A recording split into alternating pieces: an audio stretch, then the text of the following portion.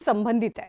संतोष देशमुख हत्या प्रकरणातला सूत्रधार आणि मुख्य आरोपींपैकी एक असलेल्या वाल्मिक कराड हा अटकेआधी राजकीय वरदहस्तामुळे बीड जिल्ह्यामध्ये दहशत गाजवणारा गुंडांचा आका होता। पण आता तुरुंगात गेल्यावरही तो सत्ता गाजवतोय का असा सवाल उपस्थित झालाय। हा प्रश्न उपस्थित होण्यामागचं कारण नेमकं काय तुम्हीच पहा।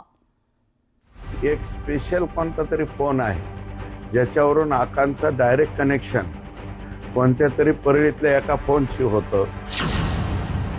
सत्ताधारी भाजपचे आमदार असलेले सुरेश धस यांचा हा आरोप। मस्साजोगचे सरपंच संतोष देशमुख यांची क्रूरपणे हत्या करणाऱ्या गँगचा आका असलेला वाल्मिक कराड सध्या बीड जिल्हा मध्यवर्ती कारागृहात कैद आहे।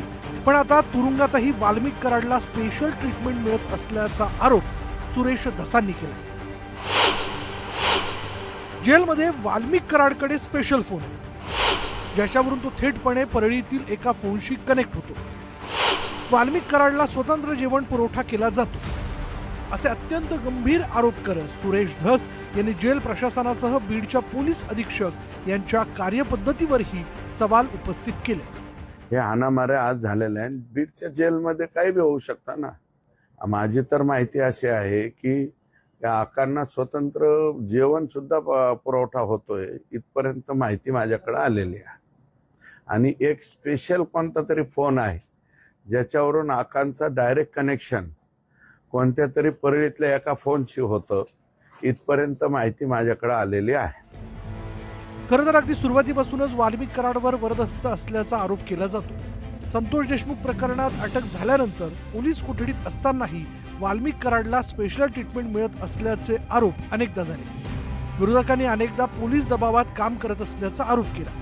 पण आता सुरेश धसांनी तुरुंगाच्या गजाआडही आकाचाच राज असल्याचा आरोप केल्यानंतर विरोधकांनीही वाल्मिक कराडवरून सत्ताधाऱ्यांवर टीका करायला सुरुवात केली।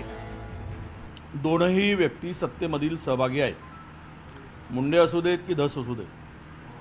सत्तेतील व्यक्ती ज्या पद्धतीनं एकमेकावर आरोप करतायत याचा अर्थ स्पष्ट आहे की गुंडगिरी करणारीच माणसं आता सत्तेमध्ये सहभागी झाली आहेत।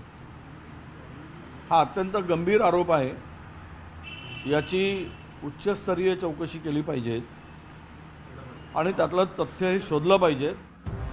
संतोष देशमुखांचा ज्या क्रूरतेनं खून करण्यात आला ती दृश्य पाहून सबंध महाराष्ट्र हळहळला, संतापला। पण देशमुखांच्या हत्येमागचा मास्टरमाइंड असलेला वाल्मिक कराडला मात्र अजूनही काही भ्रष्ट अधिकारी कर्मचाऱ्यांची बेकायदा मदत होत असल्याचं दिसतं। त्यामुळं सुरेश धसांच्या आरोपांची दखल घेऊन सरकार वाल्मिक कराड आणि त्याच्या गँगला मदत करणाऱ्यांवर कारवाई करणार का? तुरुंगातील आकाच्या सत्तेला सुरुंग लागणार का?